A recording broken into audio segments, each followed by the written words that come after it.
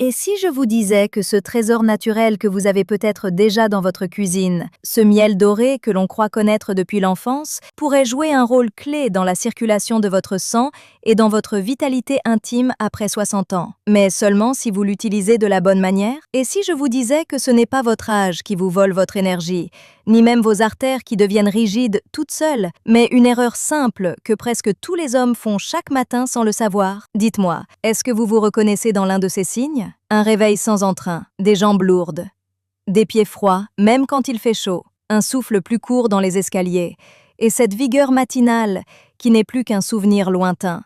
Beaucoup d'hommes me disent en consultation « Docteur, je me sens encore jeune dans ma tête, mais mon corps ne suit plus. » Et c'est précisément là que je veux attirer votre attention aujourd'hui, parce que ce que je vais vous expliquer peut changer votre perception de votre corps après 60 ans. Personne, ou presque, n'utilise le miel correctement à cet âge-là. On l'utilise comme un simple sucre, une petite douceur sur une tartine, une cuillère dans un thé brûlant, alors qu'en réalité, bien utilisé, il peut devenir un allié intéressant pour vos vaisseaux sanguins, votre énergie et votre vitalité globale. Ce n'est pas un miracle marketing, c'est un trésor naturel souvent mal compris et mal employé. Restez bien avec moi, ce que vous allez entendre peut vous surprendre et surtout vous redonner de l'espoir, sans promesses irréalistes, mais avec une approche respectueuse de votre corps et de votre âge. Avant d'aller plus loin, prenez 2 secondes.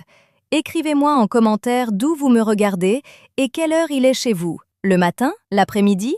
Le soir? J'aime savoir à quel moment de votre journée vous prenez ce temps pour votre santé. Vous n'êtes pas seul. Beaucoup d'hommes vivent cela en silence.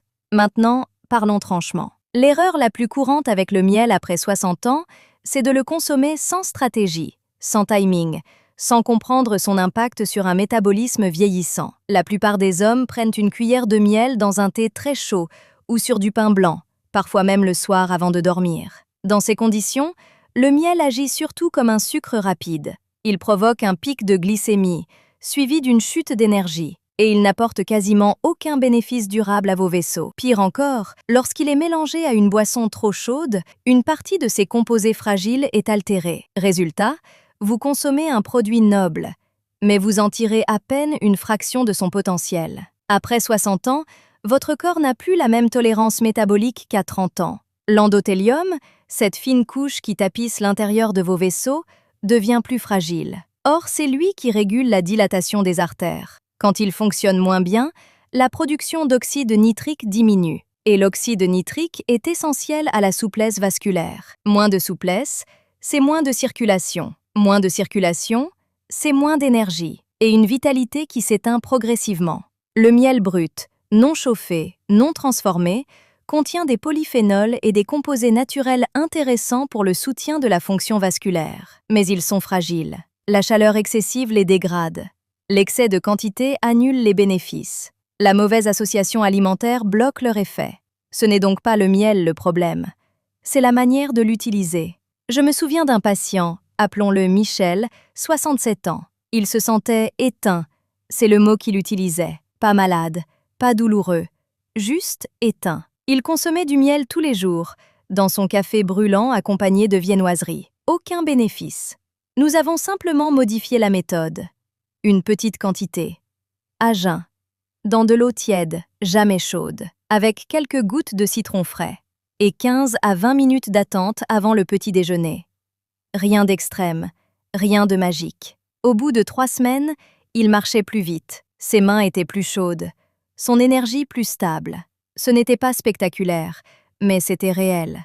Voici le protocole simple que je recommande à ceux qui souhaitent tester cette approche. Le matin, à jeun, avant le café ou le thé. Une cuillère à café rase de miel brut, idéalement non pasteurisé. Dans un verre d'eau tiède, proche de la température du corps. Ajoutez quelques gouttes de citron frais. Mélangez doucement. Buvez lentement. Attendez 15 à 20 minutes avant de manger. Pendant ce temps, respirez calmement. Évitez le stress immédiat.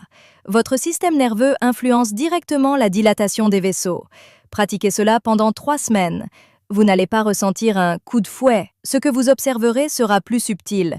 Des extrémités plus chaudes, une marche plus fluide, un réveil plus clair, une sensation globale de circulation améliorée. Mais attention, Ce protocole n'est pas adapté aux personnes diabétiques non stabilisées sans avis médical.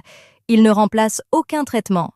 Il ne guérit rien. Il soutient simplement le terrain. Pour maximiser les effets, hydratez-vous régulièrement. Marchez 20 à 30 minutes par jour. Dormez suffisamment. Et évitez de consommer le miel le soir. Vieillir n'est pas une maladie. Vos vaisseaux ne sont pas des tuyaux morts. Ce sont des tissus vivants. Ils répondent encore quand on leur donne les bons signaux. Si vous avez plus de 60 ans, votre corps ne vous demande pas la perfection. Il vous demande de la cohérence. Testez pendant 7 jours. Observez. Notez vos sensations. Et surtout, ne vous résignez jamais. Prenez soin de vous avec intelligence, douceur et constance. On se retrouve très bientôt.